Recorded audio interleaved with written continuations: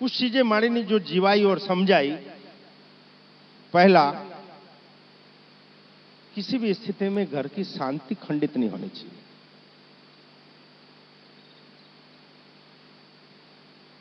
किसी भी स्थिति में घर का प्रेम नहीं टूटना चाहिए। कोई भी निर्णय लेना हो, कोई भी काम हो, घर के सदस्यों का एक मत होना जरूरी। अब एक दूसरे से ये कड़ियां जुड़ती है बेटा। जब हम विचार विमर्श करके कोई कार्य करते हैं तो घर की शांति भंग होगी क्या? यहां तो हमारा अहम आड़ा आता है। कल का लड़का तेरे को मैं क्या पूछूंगा, मैं कमा के लाता हूं। एक बात और बता दे बेटा, किसकी भाग का कौन खा रहा है? कोई माय का लल नहीं बता सकता। ऐसी कोई विद्या नहीं है कोई बोल दे कि इसके भाग्य का ये खा रहा है। लेकिन कुछ गुणा भाग है, कुछ संचित कर्म है ऐसे, तब तो हम एक परिवार में इकट्ठे हुए। मानी ने एक दो बार उदाहरण दिया था कि जैसे एक गाड़ी चलती है, उसमें कौन सा पार्ट महत्वपूर्ण है बताओ? हाँ जी, एक 4 व्हीलर या 2 व्हीलर हम जो चलाते हैं, बाइक चलाते हैं, कार चलाते हैं, उसमें कौन सा हिस्सा महत्वपूर्ण है और कौन सा हिस्सा महत्वहीन है? जाग रहे हो? बताओ ना। आप लोग ज्ञानी हो, पढ़े लिखे हो, डिग्री वाले हो, लाखों रुपया तनख्वाहें हैं, कौन सा हिस्सा महत्वपूर्ण रहता है? हाँ जी, और कौन सा महत्वहीन है? हाँ जी, तो एक धातु की चीज अगर उसमें एक स्क्रू थोड़ा ढीला हो जाए तो उसकी ट्यूनिंग सेट नहीं होती। कोई बेल्ट ढीला हो जाए तो परफॉर्मेंस सही नहीं आता। तो हम जीते जागती चैतन्यशील मनुष्यों में उत्पन्न आत्माएं, घर के सदस्यों को हम अगर हे दृष्टि से देखें, उपेक्षित दृष्टि से देखें, तो जीवन गाड़ी कैसे चलेगी? हर किसी का अपना महत्व है।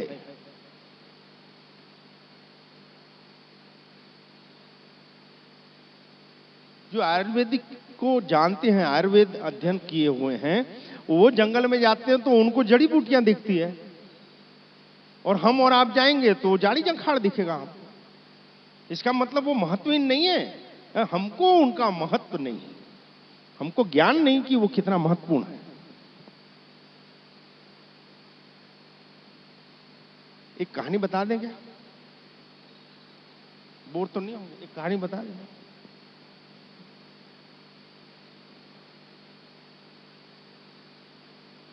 एक तो आप लोग ऐसा घूर घूर के देखते हो तो मेरे धक धक होता है।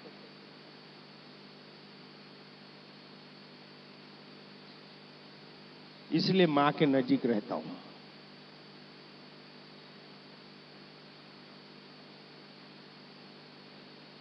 और इसीलिए सिला हुआ कुछ नहीं पहनता कि पकड़ लो। यहां पकड़ने कोई कुछ नहीं।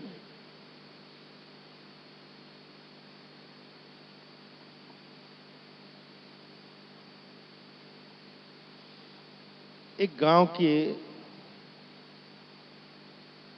बाहर, जैसे जनरली कोई भी गांव के गेट में एक हनुमान जी का मंदिर मिल जाएगा, लगभग सब जगह शिव मंदिर मिल जाएगा, या किसी गांव के बाहर में मजार मिलती है। मिलती नहीं मिलती? कोई पीर फकीर की मजार हो या हनुमान मंदिर हो या शिव मंदिर हो, ये अपने भारत की संस्कृति है कि गांव में अंदर घुसो या निकलो तो इसको याद करना, उनकी अनुमति लेके जाना और उनकी अनुमति लेके प्रवेश करना। हकीकत में ये था।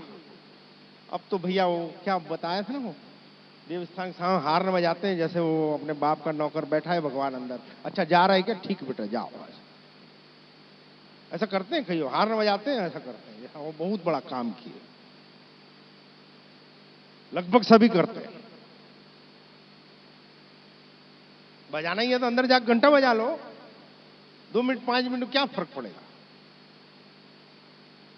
लेकिन चलो उस मैटर में नहीं जाते। तो एक गांव के बाहर में एक मजार थी ऐसे, एक पीर की, याद आ गया? वो मजार का एक सत था कि वहां अकर्मी कोई हो, अधर्मी हो, तो उस पीर की दरगाह पे जाने पर दंडित होता था। तो एक बार ऐसा हुआ कि भयंकर हवा तूफान चला, बिजली कड़क रही थी। ये समय पहले की बात कर रहे हैं जब गाड़ी घोड़े नहीं थे, सब घोड़े में और बैला गाड़ी में सफर करते थे, उस समय की बात है। तो भयंकर तूफान और बिजली कड़क रही थी एकदम। तो वो मजार के पास एक सराय बनी हुई थी, यात्री लोगों को बैठने के लिए होता है वैसा। तो ये हवा तूफान में बचने के लिए वहां पे आसरा लिए। तो धीरे धीरे 10, 15, 20 लोग हो गए इकट्ठे, और बिजली तो ऐसी चमके, वो जो प्रतीक्षालय था, सराय थी, क्या बोलते हैं, सराय तो बोलते हैं क्या, वो बिजली कड़क के आए, ऊपर आए, फिर वापस चले गए। तो सब एक दूसरे का मुंह देखे, और देखो ये बाजार की एक सत है, ये पीर बाबा का एक सत है कि कोई तो अपन इन भीड़ में, या ये 15-20 लोग बैठे हैं, इसमें कोई ऐसा पापी है, अधर्मी है, अकर्मी है, जिसके कारण बिजली गिरेगी और अपन मर जाएंगे। तो उसमें गांव का जमादार भी था, पटेल था, सरपंच था, साहूकार था, पंडित था, गांव की वेश्या थी, विधवाएं थी, गुंडे थे, सभी थे। मतलब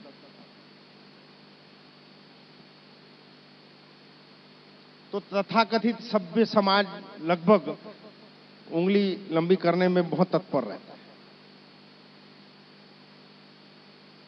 तो सबकी चिढ़ साहूकार की भी थी। तो उन लोग बोले ये साहूकार बहुत बहुत ब्याज खाता है, यही पापी है, इसके कारण पूरा गांव बर्बाद हो गया, कईयों की जमीनें अंगूठे लगवा लगवा के हड़प ली, यही पापी के कारण अपन सब मर जाएंगे। तू जा मजार में, वहां पे माथा टेक के आ, मरेगा तू अकेला मरेगा, हम लोग बचेंगे। तो दुनिया में ऐसा तो कोई है नहीं बेटा कि जो इसने पाप नहीं किया, और कितना क्या किया है ये खुद से अच्छा कोई नहीं जान सकता। हमको कोई अधिकार नहीं है और किसी की एनालिसिस करने का या किसी पे थप्पा लगाने का। हकीकत में देखा जाए अगर ईमानदारी से, तो वो अधिकार हमको नहीं होता। हमको अधिकार खुद के गिरेबान में झांकने का है कि हमारे विचार कैसे, हमारे कर्म कैसे, हमारा स्वभाव कैसा, हमने क्या किया है। होता क्या है कि हम जनरली सामने वाले के दोष देखते हैं, चाहे हम भरे पड़े हों। तो वो सेठ साहूकार को भेजे मजार में, तो बिजली आई, चली गई। साहूकार खुश, मैं मरा नहीं, देखा मैं न्याय से धंधा करता हूं भाई, अगर गलत होता तो मर गया होता। तो फिर सरपंच पे दोष, ऐसा इस पे दोष, उस पे दोष, गांव के पंडित पे दोष कि साला ये उल्टी सीधी पूजा कराता है, ऐसा एक एक को भेजे। वो बिजली आए फिर वापस चली जाए। आखिरी में बोले कि ये गणिका है जो वेश्या है गांव की, इसने सब पूरे गांव को बर्बाद करके रखा है, यही बदचलाने का है। वेश्या को भेजा, वो भी गई, वो भी माथा टेक के आ गई, फिर बिजली आई चली गई। आखिरी में सब, एक विधवा और उसका 2 साल का 3 साल का एक बच्चा गोद में लिए, उसके सिवाय सब माथा टेक के आ गए। अब पूरा तथाकथित सभ्य समाज उस विधवा के पीछे पड़ गया कि हाय देखो ये बच्चलन घरवाला मर गया करके ये सब जगह मुंह काला करती होगी, ये अधर्मी है, इसके कारण अपन तो सब होके आ गए। तो अपन तो रजिस्टर्ड हो गए कि भाई अपन चोखे, इसके कारण अपन मर रहे हैं।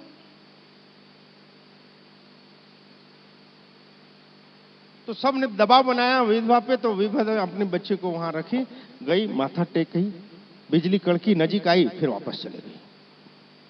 वो भी वापस आ गई। सब सोचने लग गए, साला बताओ ये 15-20 लोग सब गए, बार बार बिजली आती है चले जाती है, अब ये 2-3 साल का एक बच्चा, कलयुग आ गया। बोले अरे बाप रे, ये इसके कारण कितनी दुष्ट आत्मा होगी ये पहले की कि इसके कारण अपन सब मौत के मुंह में आ गए। अब वो बच्चे को ऐसी तूफान में, बरसात में सब बाहर, माँ तो माँ है बेटा, कलेजे से लगा ली, मेरे बच्चे को नहीं भैया। पर सुधरा हुआ समाज कहलाता है, होता नहीं है। लोगों ने छीन छान के बच्चे को लेके मजार की तरफ ऐसा फेंका, बच्चे को फेंका, और माँ तो माँ है, पीछे दौड़ गई। और जैसे ही माँ बच्चे के पास पहुंची है, बाकी तो आप समझदार हो, जैसे ही माँ उस 2-3 साल के बच्चे के बाद मजार के पास पहुंची और बिजली सरहा पे गिर के वो सबको राख कर दिया। सिर्फ एक जीवात्मा के कारण सभी बचे हुए थे। एक अबोध बालक की आत्मा के कारण, पुण्याई के कारण उस 15-20 लोग बचे हुए थे जो सब उंगली लंबी कर रहे थे। ये तो एक दृष्टांत है बेटा, लेकिन हर परिवार में ऐसी कोई जीवात्मा एक होती है जिसके कारण पूरा कुल तरता है, मुश्किलों से बच जाता है। आज हम दुखी हैं, परेशान हैं अगर समाज में, तो उसका कारण हमारे संयुक्त परिवारों का न होना है। पहले एक एक घर में 15, 20, 25 लोगों से कम नहीं रहते थे। किसका बच्चा कौन तैयार करा रहा है, कौन नहला रहा है, कौन खिला रहा है, मालूम नहीं रहता था। आज तो शादी हुई नहीं कि माँ बाप तो जैसे फर्नीचर कमाने लग गए। तो दूसरा नुकसान हुआ या ना, पर मुझको यह समझ में आया कि भाग्य विखंडित हो गए। जहां 15-20 भाग्य एक साथ चलते थे, उसमें कोई कमजोर भी रहता था, कोई सबल भी रहता था। वहां आज हम हो गए 4 और 5। उसमें भी नौकरी लगी तो बेटा और बहू अलग चले गए।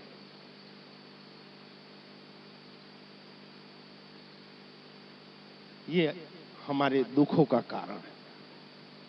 हम में धीरज नहीं रही, हम में सहन शक्ति नहीं रही, हमने एक दूसरे को स्वीकार करना छोड़ दिया। पहले हमारे भारतीय संस्कृति में, हमारे वेदों में, शास्त्रों में, हम जिन रामायणों के पाठ करते हैं, हम जो भी उपनिषद को उठा ले, हम किसी भी देव की जीवन को परिचय को ले ले, हर कोई संयुक्त रूप से जिया है। हाँ या ना? रामायण में पूरा कुनबा साथ है। उसमें एक ने विचारधारा कई ने अलग की, उसके परिणाम पूरे खानदान को भुगतने पड़े।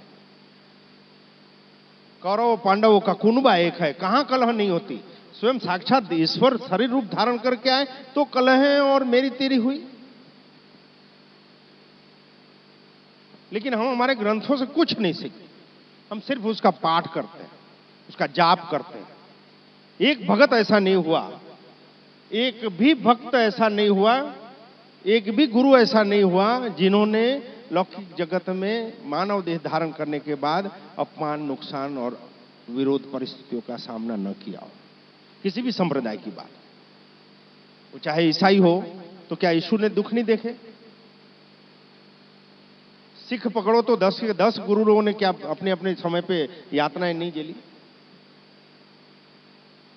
सनातन धर्म के जितने भी धर्म गुरु हो गए, वो क्या 5 उंगलियां घी में और सिर कढ़ाई में लेके बैठे? हम जिसको भी मानते हैं, हम उसके चरित्र को नहीं उतारते। हम उसको मानते इसलिए कि हमको दुख न आए, हमारी समस्या का निदान हो जाए। लेकिन सच्ची भक्ति अगर हम कर रहे हैं तो हमारे देव का, हमारे आराध्य का स्वभाव हम में उतरता है। वो सच्ची भक्ति। हम राम राम जय श्री राम करें और राम जैसी मर्यादाएं ना उतरे तो लानत है राम नाम लेने में। हम अगर हनुमान की सेवा कर रहे हैं और हम में सेवका ही न जगे, वीरता न जगे, ब्रह्मचर्य न जगे, तो क्या मतलब है हनुमान की सेवा?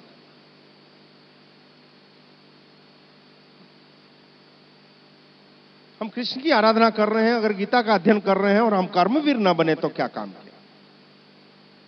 हम शक्ति की सेवा कर रहे हैं और हम बेसहारा निसहाय लोगों के लिए अगर दौड़ न सके तो शक्ति की आराधना का क्या मतलब? हम अगर शिव तत्व की आराधना कर रहे हैं और हम में सहन शक्ति, त्याग और वैराग्य न उत्पन्न हो तो क्या मतलब है? इस अंधविश्वास से बाहर आ जाओ बेटा। देव हमारे बाप के नौकर नहीं है, देव हमको देवत्व देने के लिए तत्पर है। लेकिन हम देवों से लौकिक मांगों से ज्यादा और कुछ उम्मीद, इच्छाएं और सेवाएं करते ही नहीं। करके देखो, एक बार करके देखो। माने ने समुद्र मंथन की बात की थी एक बार कि मेरू पर्वत समुद्र मंथन, क्या ये संभव है बेटा? ये मां मेलडी का नया विजन जो लौकिक जगत में, अभी के कलयुग में, अभी के आधुनिक युग में इस चीज को हमारी विवेक बुद्धि से समझ में आया, ऐसा दी। समुद्र मंथन संभव है, लेकिन तार्किकता से अगर हम देखें तो मेरुदंड के ऊपर मेरु पर्वत, उल्टा कटोरा, पानी में मस्तिष्क, जाग रहे हो ना आप लोग? हमारा मस्तिष्क पानी में है, हाँ या ना आप बोलो, कि खोल के देखना पड़ेगा? ये डॉक्टर को पूछना, हम ऐसा नहीं बोल रहे छेनिया थोड़ी ले खोल के देखो ऐसा, पर हम जो बोल रहे हैं उसकी हमारी जवाबदारी है। आप क्या समझ रहे हो उससे हमको कोई लेना देना नहीं।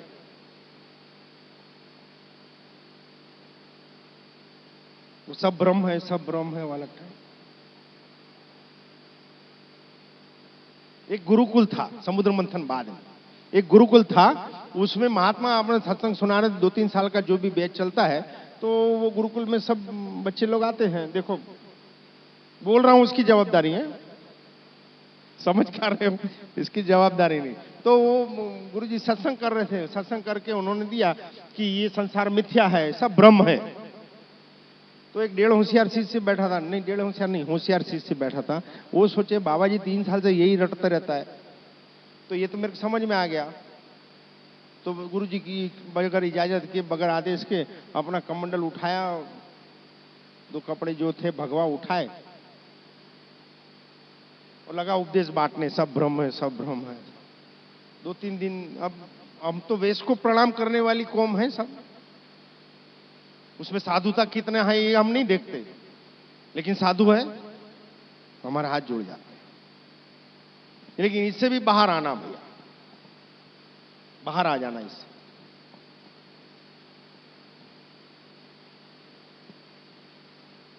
अगर किसी में कोई तत्व है तो चेहरे का रूप और आंखों का तेज बढ़ जाता है।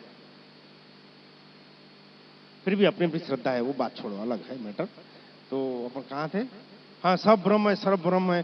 तो वो 2-4 दिन, हफ्ता दिन हुआ, तो एक दिन अचानक फिर वो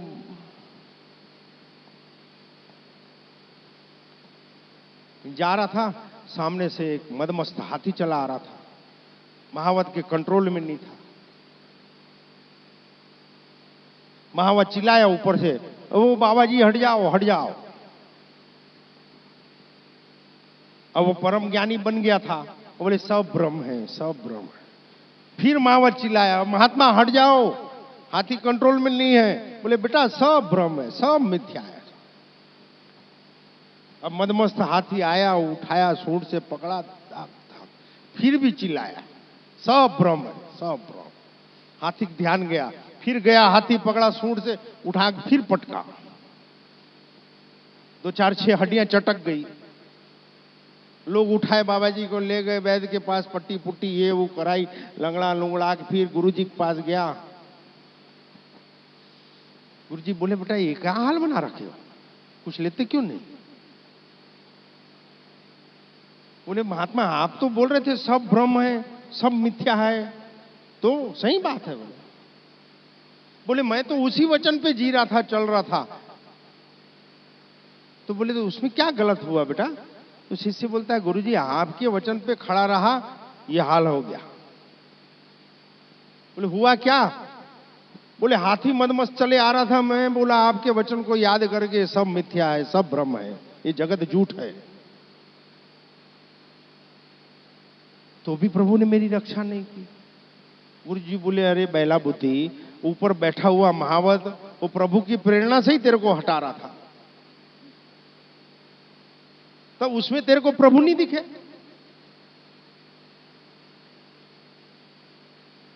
ये ऐसे भ्रम वाली ज्ञान नहीं लेना, तत्व ज्ञान लेना। इस सब भ्रम में फिर हड्डियां ही टूटेगी।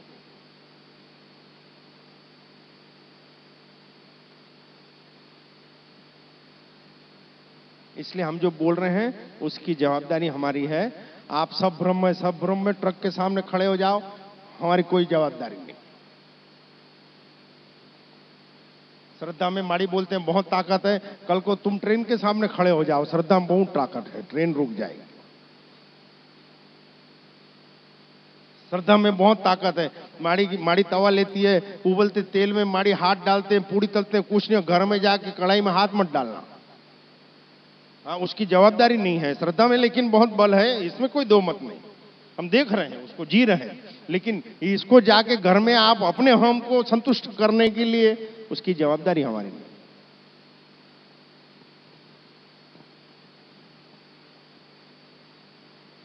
हर जीवों में शुभ तत्व होते हैं, मानते हो? अशुभ तत्व भी होते हैं, शुभ विचार भी आते हैं, अशुभ विचार भी आते हैं। अगर कोई ये कहे कि हमको दुष्ट विचार आते नहीं, स्वार्थ के विचार आते नहीं, तो मानने योग्य मेरे लिए नहीं होती ये बात। तो देव और दानव हर किसी में है। ये क्षीर सागर जो है, जिसमें ये मेरू पर्वत हमारा रखा हुआ है, जिसमें अनन्य संभावनाएं, उसमें इंगला, पिंगला और सुषुम्ना की जो हमारी 3 नाड़ियां काम करती है, उसके साथ 72,000 दूसरी नाड़ियां। उन नाड़ियों की मथनी करके जब हम चिंतन करते हैं, जिसको हम समुद्र मंथन बोलते हैं, स्वाध्याय, खुद का अध्ययन, शुभ और अशुभ विचारों के बीच का घर्षण,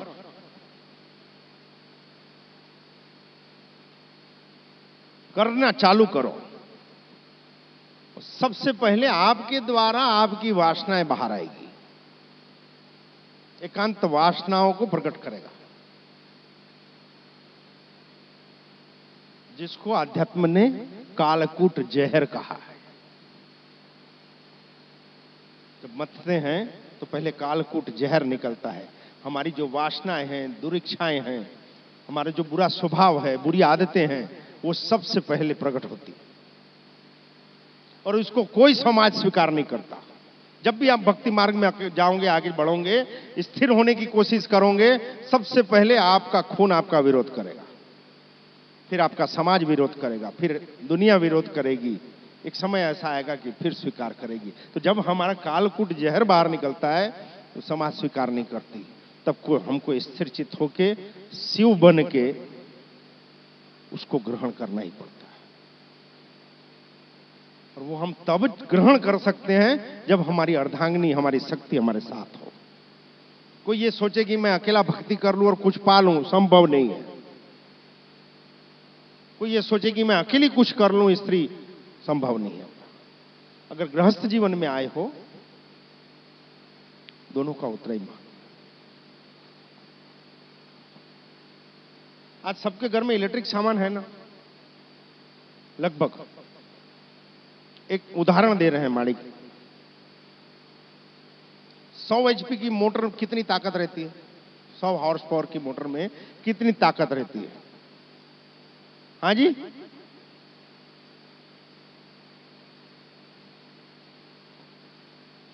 उसमें अगर शक्ति का वायर ना लगाओ तो वो मोटर क्या उखाड़ लेगी बताओ? 100 HP की मोटर है, 500 HP की मोटर है, लेकिन अगर उसमें शक्ति संचालित नहीं हुई तो वो मोटर बोझ है। हाँ या ना? लेकिन अब अगर शक्ति ये बोले कि मैं महत्वपूर्ण हूं, तो बगैर मोटर के तू उखाड़ के दिखा दे कुछ। नहीं समझ में आया? शिव तत्व पुरुष माध्यम है, उसको संचालित करने वाली स्त्री शक्ति उसको रनिंग में लाती है, उसका बल है। इसमें हम ये नहीं कह सकते कि मोटर का महत्व ज्यादा है या विद्युत का महत्व ज्यादा है। स्त्री शक्ति मात्र शक्ति होती है, तो उसको अपना भान होना चाहिए। लेकिन जरूरत से ज्यादा जाए तो भी मोटर जलेगी, और कम जाए तो भी लोड लेके जल जाएगी। एक संयमित व्यवहार हर गृहस्थ स्त्री को और पुरुष का होना चाहिए, एक दूसरे से तालमेल मिला के। सबसे पहले तो ये बताया यार, घर वाले अपनी घरवाली को कभी थैंक्स किया क्या? अपनी पत्नियों को आपने धन्यवाद दिया है कि आपके साथ 10 साल, 20 साल, 30 साल से रह रहे हैं या आपके संसार को चला रहे हैं? ऐसा आपके घरवाले लोग किए हैं क्या? घरवालियां ऐसी कितनी हैं जिन्होंने अपने घर वालों को थैंक्स किया हो कि आप हमारे लिए इतनी मेहनत करते हो, कि बाहर जाते हो, आप बहुत प्यार करते हो, बहुत ध्यान रखते हो।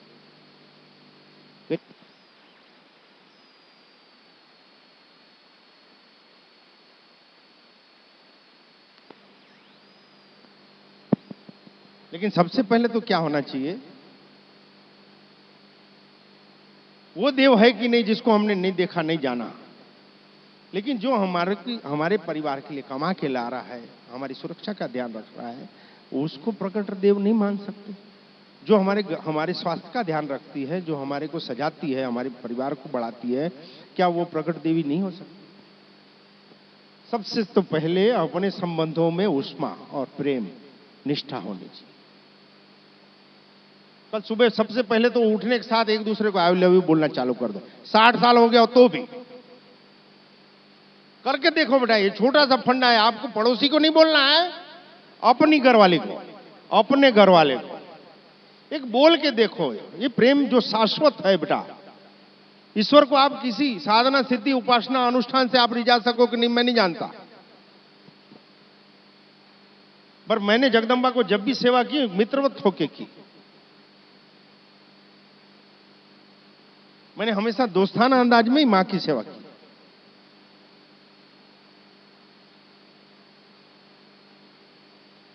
प्रेम में बहुत ताकत है बेटा। आप जगत को कर सको कि न कर सको, उसके लिए हम नहीं बोल रहे हैं। नहीं तो कल निकल गए मोहल्ले में जो मिला I love you, I love you, ये नहीं बोल रहे हैं। देखो हम फिर बोल रहे हैं, हम जो बोल रहे हैं हमारी जवाबदारी उसकी है। आप अपने परिवार के सदस्यों को उठने के साथ, बड़े हैं तो चरण स्पर्श करके, हम उम्र हैं तो प्यार देके, वैसा छोटे हैं तो दुलार दे करके देखो। कुछ विधि विधान करने की जरूरत नहीं है, कोई ताबीज गंडे बांधने की जरूरत नहीं है, कोई बैगा बाबा के पास जाने की जरूरत नहीं है। अरे देव तो ऐसे परिवारों को ढूंढते हैं जहां एक मत होता हो, जहां प्रेम होता हो। करके देखो बेटा, महत्व मैं ही सही की जगह आप भी सही हो सकते हो, आप भी हो सकते हो। इस भाव को रूपित करके एक साथ मिलकर, अगर आप माड़ी धाम आ रहे हो और माड़ी के में आपको थोड़ी सी भी श्रद्धा है, भगवती मां मेलडी की कृपा अगर थोड़ी सी भी उतरी आप में, तो होना यह चाहिए कि जो ये परिवार कर रहा है उसका आंशिक रूप से चालू तो करो। ऐसी कोई भी सेवा पूजा नहीं है, हमको नहीं मालूम किसकी भाग्य की हम आहुति, वो किसकी आहुति स्वीकार कर रही है जगदम्बा, हमको नहीं मालूम। इस घर के बच्चे बच्चियां सब मिलके सेवा करती है, वो किसकी आराधना स्वीकार कर रही है मुझको नहीं मालूम, वो किसके हाथ का भोग स्वीकार कर रही है मुझको नहीं मालूम, लेकिन हमको ये मालूम है कि वो स्वीकार कर रहे हैं और सब आनंद कर रहे हैं। यहां तो एक घर में हालत ये है कि घरवाला शिव जी को पूजता है, घरवाली कृष्ण को पूजती है, लड़का गणेश जी को पूजता है और लड़की संतोषी माता को पूजती है। अभी भगवान क्या करे? घर में 4 लोग प्रेम से रहते नहीं और एक मंदिर में 25 ठोको घुसा के बैठा हूं। बजरंगी का आसन अलग है, साईं का आसन अलग है, दत्तात्रेय का आसन अलग है, शिव तत्व का अलग है, शक्ति तत्व का अलग है, लेकिन एक ही आसन में सबको बिठाए, सबको एक ही भोग ठूसो। एक पे निष्ठा रखो बेटा, एक पे निष्ठा रखो। सभी कोई एक में है, लेकिन फिर भी एक पे निष्ठा रखो, बाकी सब सध जाएंगे। फिर समुद्र मंथन की बात, तो यार फिर में गड़बड़ हो जाएगा, सॉरी माड़ी।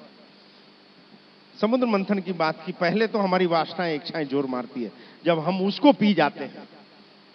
जीवन में नहीं उतारे, जीवन में उतारोगे जीना नहीं सकेंगे, इसीलिए कंठ पे धारण किया जाए रो, और उगल दें तो कलह हो जाएगी। नीलकंठ बनना मतलब उस अपमान को, उस नुकसान को, उस अपनी भूलों को स्वीकार करके न जिंदगी जहर बनाना और न किसको जहर के प्रभावित करना। वो आप करोगे तो एक तत्व और निकला था, उच्चेश्वा अश्व, उच्च क्या निकला था? मैं था नहीं तब, समुद्र मंथन हो रहा था। उच्चेश्वा अश्व निकला था। उच्चेश्वा अश्व क्या होता है? हम क्या सोचते हैं वो एक घोड़ा।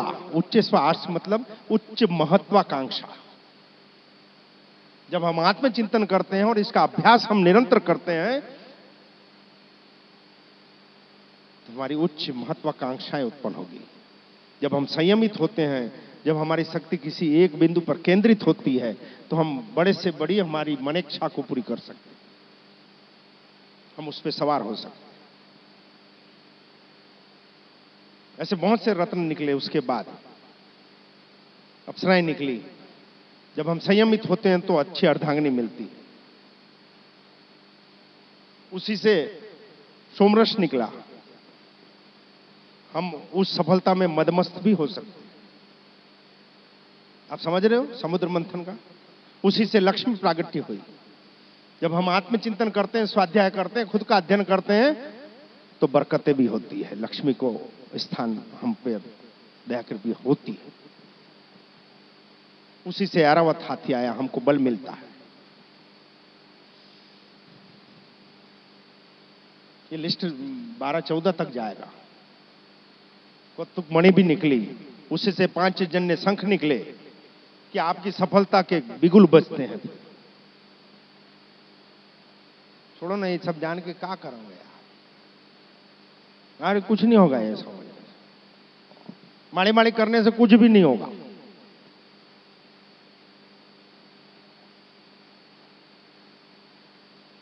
और मेरे को इतना मालूम है, आप जिस भी संप्रदाय से संबंधित रखते हो उसके ग्रंथों का अध्ययन आपको सुखी कर देगा।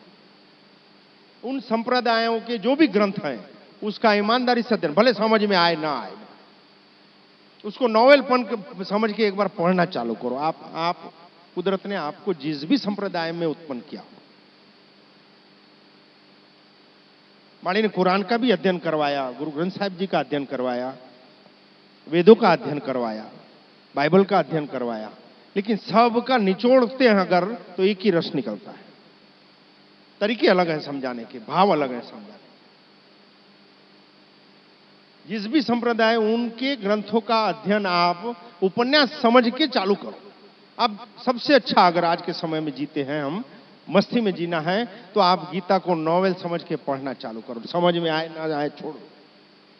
आपको संस्कृत नहीं आती, आप उसका भावार्थ पढ़ो। माड़ी के आने के बाद कितनों ने गीता चालू की बेटा?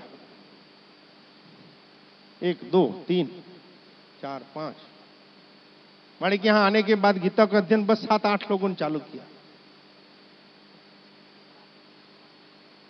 इसकी मस्ती देखो।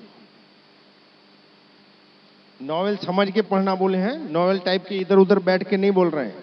अपने इष्ट उसके समक्ष उनको हाजिर नाजर मानते हुए कि हमको श्री कृष्ण कह रहे हैं और हम अर्जुन बन के सुन रहे हैं, पूरी जिंदगी पलट जाएगी बाबा।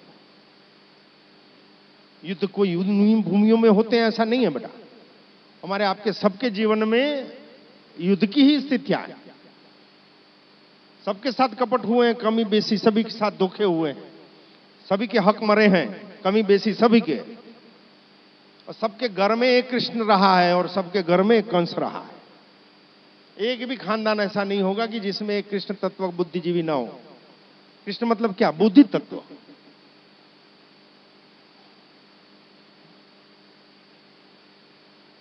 थोड़ा स्थिर होकर हमारे संप्रदायों के ग्रंथों का अध्ययन, बहुत आसान कुंजी है बेटा ये। माड़ी क्या कौन सी विधि करते हैं बताओ? चलो। हाँ जी, इतने सालों से आते हो, न प्राण प्रतिष्ठा की गई है, न कोई मूर्त देख के जोत लाई गई है, न मूर्त देख के ग्रह प्रवेश किया गया है, और फिर भी मुर्दे खड़े हो रहे हैं। मात्र परिवार का एक मत, एक संकल्प, एक सी सेवा, एक सी आराधना और एक ही देव।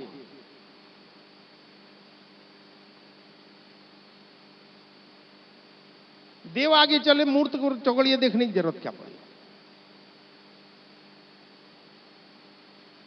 हम ये नहीं कहते कि देव यही होता है, इसी परिवार में होता है, ये नहीं बोल रहे हैं बेटा।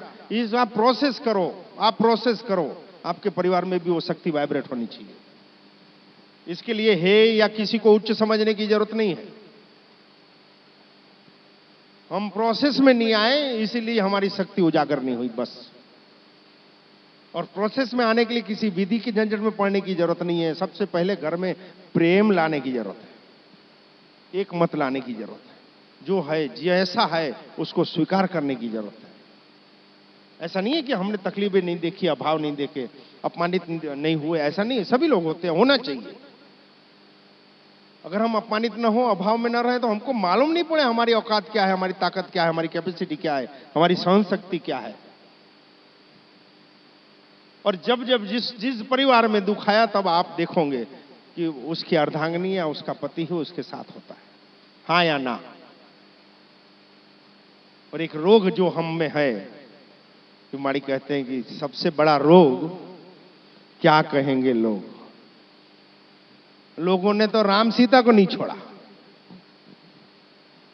सबरी और मीरा को और नरसिंह को नहीं छोड़ा यार। ये रोग जिसने फतेह कर ली, क्या कहेंगे लोग। लोग जिसके कुछ काम नहीं हो तो कहेंगे, कुछ ना कुछ तो कहेंगे। इस रोग से निकल जाओ एक बार। जब भी मुश्किल में आओगे, आपकी अर्धांगिनी, आपकी पत्नी, आपका पति, आपके बच्चे आपको मुश्किल समय में आपके आजू बाजू वही दिखेंगे। और यही सच्चा संसार है। माली कहते हैं संसार जो एक छत के नीचे एक नाड़ से बंधे हुए हैं, वो होता है संसार। हम उनको छोड़ के बाकी दुनिया क्या कह रही है, लोग क्या कह रहे हैं, उनके निर्णयों से हमारे घर के सुख दुख नहीं होंगे बेटा। मेरी कैपेसिटी जो है, जरूरी नहीं है आपकी कैपेसिटी वो हो। आपकी कैपेसिटी है, जरूरी नहीं है पड़ोसी की कैपेसिटी। सबकी अलग अलग अलग समस्याएं हैं, समझ है, सामर्थ्य है। वो एक परिवार, एक मत होना चाहिए।